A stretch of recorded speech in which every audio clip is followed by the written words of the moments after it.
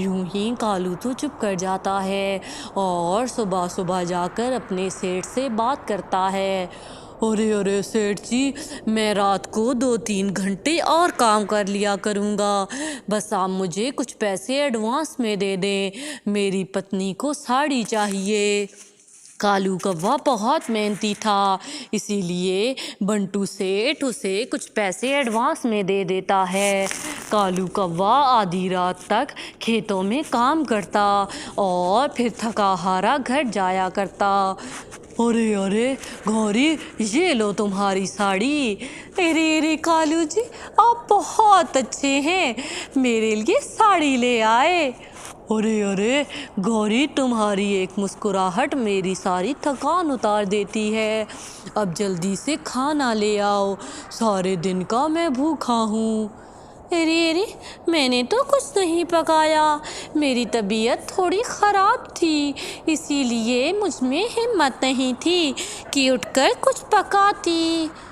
ارے ارے کوئی بات نہیں، اس کا مطلب تم نے بھی کچھ نہیں کھایا، میں ابھی کچھ بنا لاتا ہوں۔ یوں ہی کالو کوا کھانا بنا کر لاتا ہے اور گوری کو دیتا ہے۔ دونوں پتی پتنی کھانا کھا کر سو جاتے ہیں۔ کالو کوے کی آج طبیعت بہت خراب تھی۔ ارے ارے کالو بھیا، آپ کی طبیعت تو بہت خراب لگ رہی ہے، آپ ایک کام کیجئے، جلدی گھر چلے جائیے۔ ارے ارے رانو بہن، میں نے تو بنٹو سیٹھ سے ادھار لے لیا ہے، اس سے میں نے اپنی پتنی کے لیے ساڑی خریدی ہے، اب اگر کام نہیں کروں گا تو بنٹو سیٹھ مجھے یہاں سے نکال دے گا۔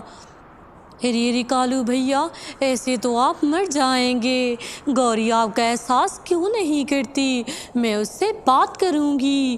ارے ارے رانو، تم مجھ سے کچھ نہ کہنا، وہ دل کی بری نہیں ہے، مجھ سے بہت پریم کرتی ہے۔ یوں ہی کالو کوا تو اتنی بیماری میں بھی کام لگا رہتا ہے۔ یوں ہی رانو گھر جاتے سمے گوری کو ملتی ہے۔ ارے ارے گوری، تم کالو بھیا کو اتنا تنگ کیوں کرتی ہو، وہ بھلا مانس تم سے کتنا پریم کرتا ہے، تم جو کہتی ہو تمہارے لیے لے کر آتا ہے، لیکن اس کے باوجود بھی تم مجھ سے خوش نہیں ہوتی۔ ارے ارے ایسا بھی کیا کر دیا ہے کالو نے جو تم ہلکان ہوئی پھرتی ہو، یہ سب تو میری ضرورت کی چیزیں ہیں جو وہ لے کر آتا ہے، ہر پتی اپنی پتنی کے لیے یہ سب لے کر آتا ہے، تمہارا تو پتی نہیں ہے، اسی لیے تمہیں کچھ پتا بھی نہیں ہے۔ ارے ارے گوری، ایسا کچھ نہیں ہے، اس جنگل میں بہت سے پکشی ہیں، ان کی پتنی گھر کے کام کرنے کے ساتھ ساتھ ان کے ساتھ کھیتوں میں بھی ہاتھ پٹاتی ہے، دونوں پتی پتنی کام کرتے ہیں اور پھر زندگی بسر کرتے ہیں، باہر کا کام تو دور، تم تو گھر کے کام بھی نہیں کرتی، وہ بھی بیچارے کالو بھیا کو کرنے پڑتے ہیں، ابھی تو کالو بھیا ہیں، ان کی قدر کر لو، اگر وہ نہ ہوئے تو تمہیں مشکل آ جائے گی، تب تمہیں پتہ چلے گا کہ تم نے کتنا اچھا پتی کھو دیا۔ ارے ارے یہاں سے دفع ہو جا چڑیا، تو یہاں پر میرا خون جلانے آئی ہے، یہ میرا گھر ہے اور میرا پتی ہے، میری مرضی، میں جیسے رہوں اور جو کروں، تو یہاں سے چلتی بن۔ یوں ہی گوری تو رانو کو ڈانٹ کر وہاں سے بھگا دیتی ہے۔ یوں ہی ایک دن جنگل میں سردی تھی، اسی لیے گوری کا بہت من تھا کہ وہ پکوڑے کھائے، وہ کالو سے کہتی ہے، ارے ارے کالو جی، مجھے پالک کے پکوڑے کھانے ہیں، آپ جا کر پالک لے آئیے۔ ارے ارے گوری، پالک تو بہت مہنگے داموں بک رہی ہے اور میرے پاس تو ایک پھوٹی کوڑی بھی نہیں ہے، بنٹو سیٹھ سے سارا ادھار لے چکا ہوں، اب اور کوئی مجھے پیسے بھی نہیں دے گا، میں پالک کہاں سے لاؤں؟ ارے ارے مجھے تو پالک کے پکوڑے کھانے ہی کھانے ہیں، مجھے نہیں پتا، ورنہ میں اپنے مائکے چلی جاؤں گی۔ ارے ارے تم چنتا مت کرو، چیلوں کے جنگل جاتا ہوں اور وہاں سے پالک لے آتا ہوں، لیکن میری جان کو خطرہ ہوگا۔ ارے ارے کچھ نہیں ہوگا آپ کی جان کو، آگے بھی تو آپ ایک دفعہ میرے لیے سیب لے کر آئے تھے، کچھ بھی نہیں ہوگا، جائیے اور جلدی سے لے آئیے اور اس دن کی طرح رات نہ کر کے آئیے گا۔ یوں ہی کالو کوا چیلوں کے جنگل چلا جاتا ہے، وہاں پر اسے چیل پکڑ لیتی ہے۔ ارے ارے تو ہے وہ جس نے اس دن ہمارے سیب چرائے تھے اور آج ہماری پالک چرانے آیا ہے، تجھے تو اب میں نہیں چھوڑوں گی۔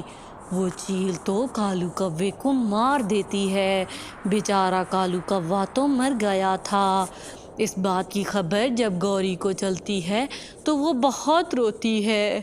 ارے ارے یہ کیا ہو گیا، میں نے تو کبھی سوچا بھی نہیں تھا کہ میرے کالو جی مجھے چھوڑ کر چلے جائیں گے۔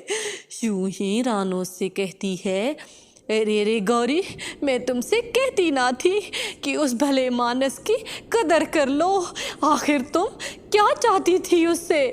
تمہیں نہیں پتا تھا کہ وہ چیلوں کا جنگل ہے، جو بھی وہاں جاتا ہے واپس نہیں آتا، تم نے آخر اس بیچارے کی جان لے ہی لی۔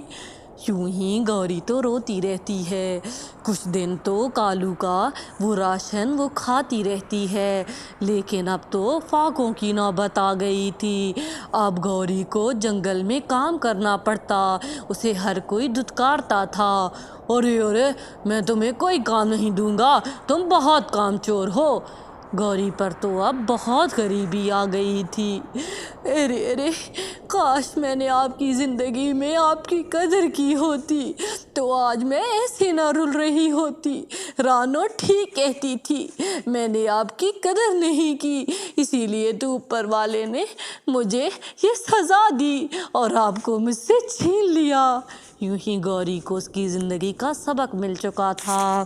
تو اس کہانی سے ہمیں کیا سبق ملتا ہے کہ اگر کوئی اچھا ہے تو اس کی قدر کیجئے، اسے اتنا ذلیل نہ کیجئے کہ اس کا چلا جانا آپ کے لیے عذاب بن جائے۔